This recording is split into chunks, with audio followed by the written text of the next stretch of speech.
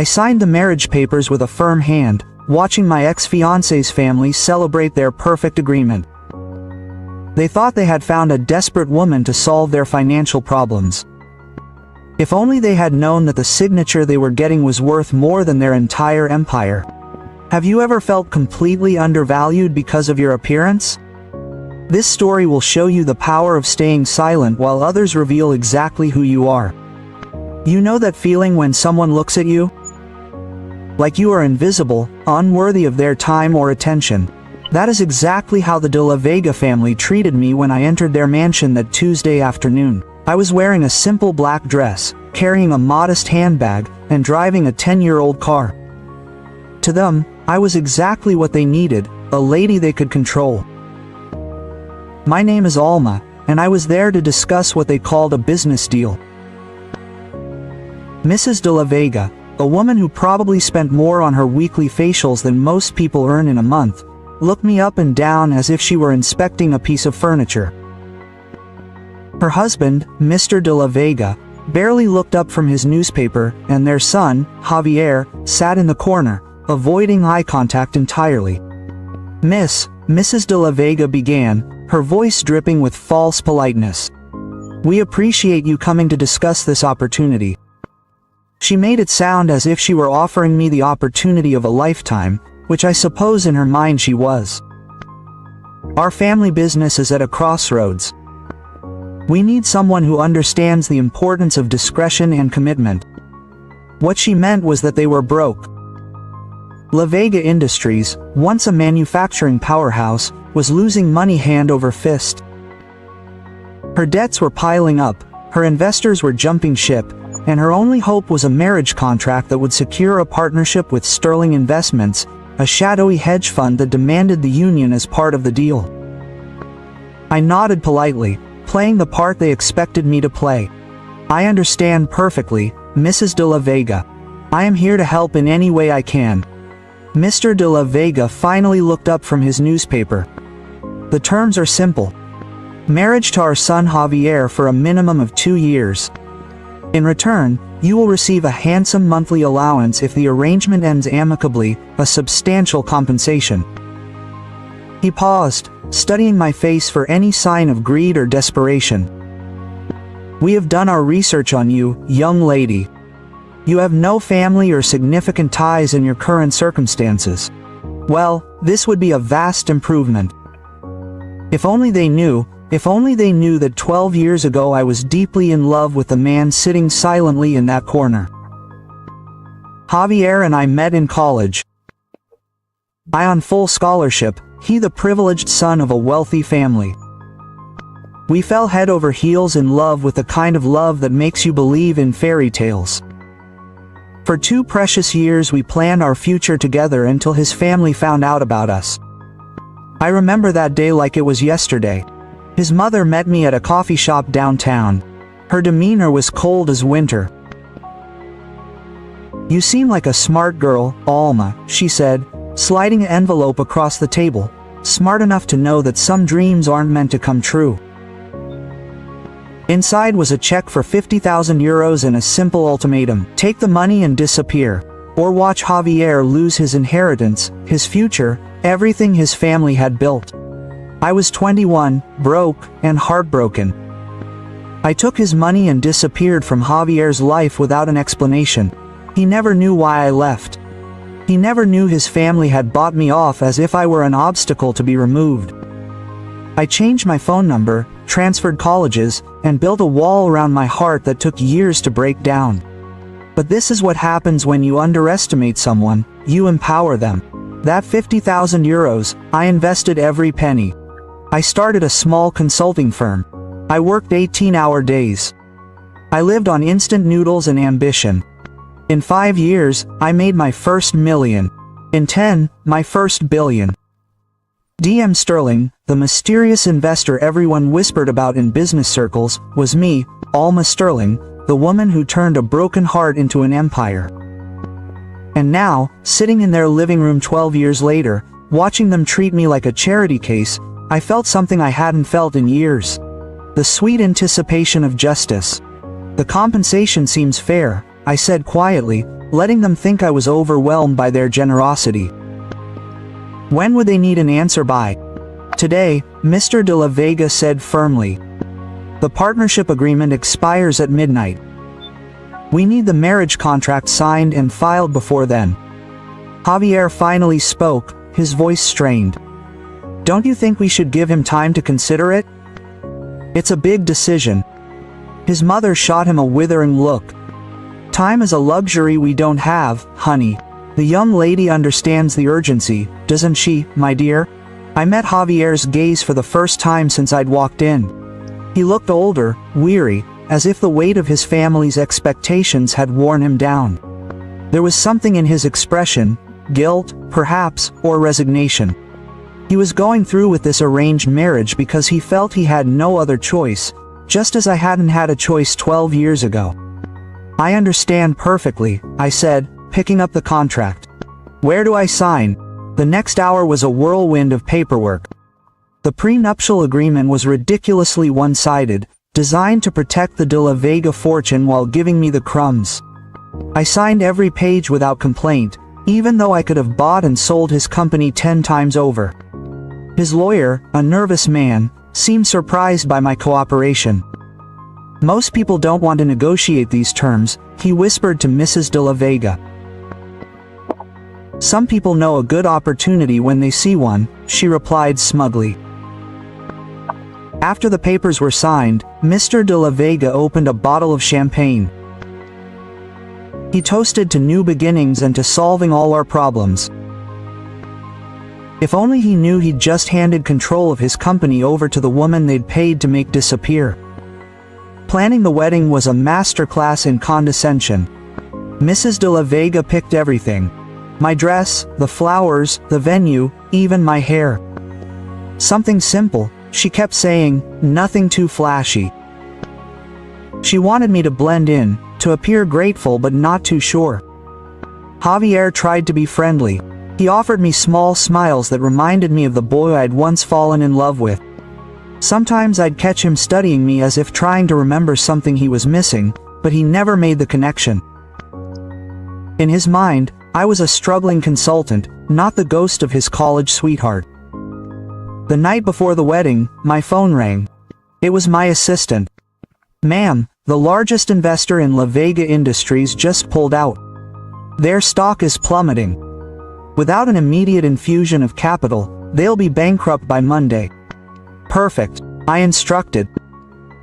Schedule an emergency board meeting for Monday afternoon and prep. Time to make our move. The small wedding, held in the family's backyard. I walked down the aisle alone in the simple white dress his mother had picked out. A far cry from the fairy tale wedding Javier and I used to dream of. As we exchanged vows, generic promises written by his lawyer, I thought back to our young love. For a moment I wondered if I was making a mistake. Was revenge worth it?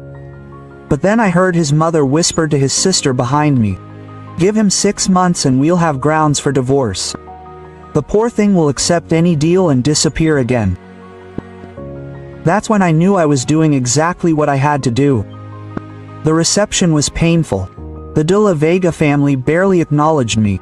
They talked openly about their business problems, certain that their new daughter-in-law was too simple-minded to understand corporate finance.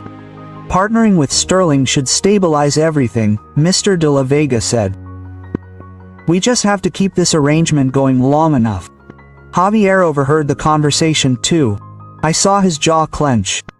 Excuse me, he said abruptly, rising from the table. I need some air. I found him in the backyard, looking up at the stars. Are you okay? I asked quietly. He laughed bitterly. Am I okay? I just married a stranger to save my family's business. My parents are already planning our divorce. No, I'm not okay. The familiar way he said my name made my heart skip a beat. Javier, I started, but stopped. I wasn't ready to reveal everything yet.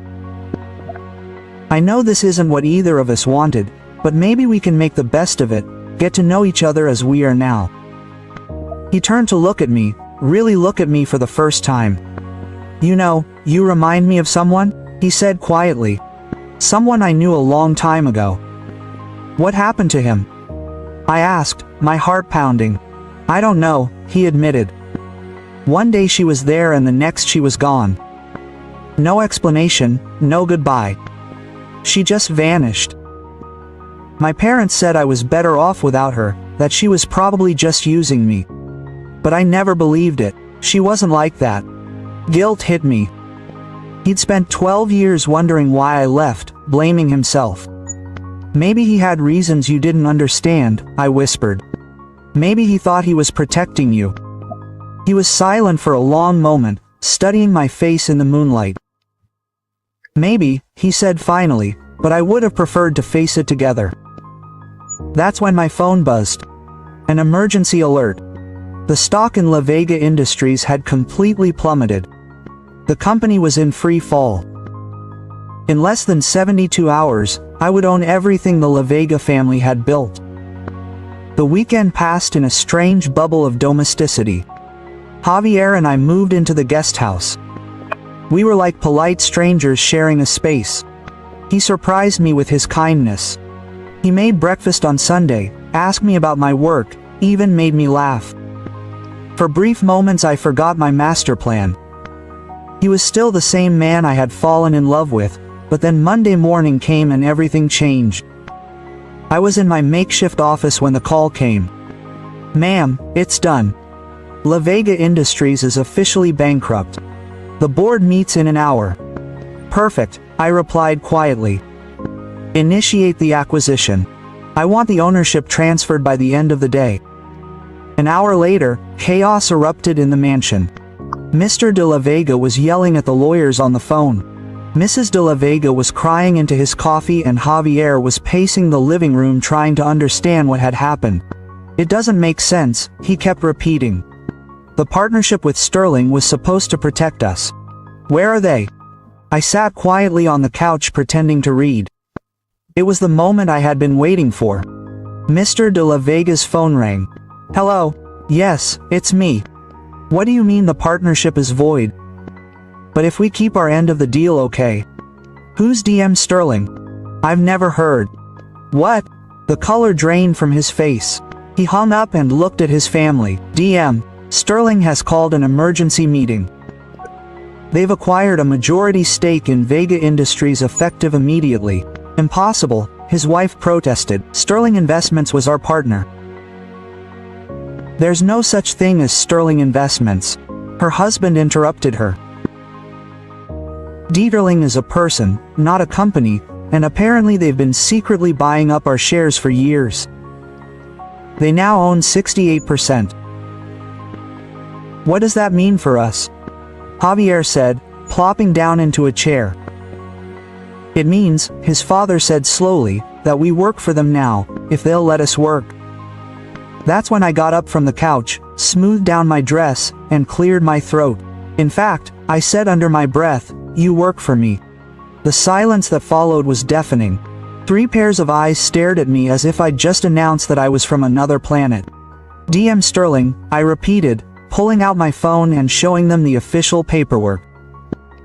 Alma Sterling, I think you know me best as the woman you paid $50,000 to make disappear 12 years ago. Javier's face went blank. Impossible. You are Alma Johnson. You're a consultant. You drive a Jeep. I smiled. I am many things, Javier.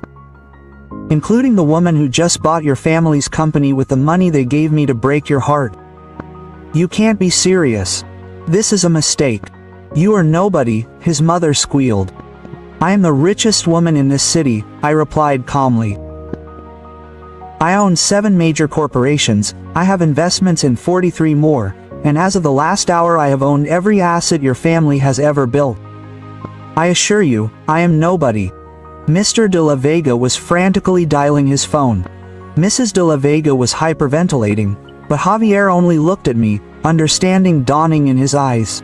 It was their fault that you left, he said quietly. They made you leave. I nodded, tears threatening for the first time in years.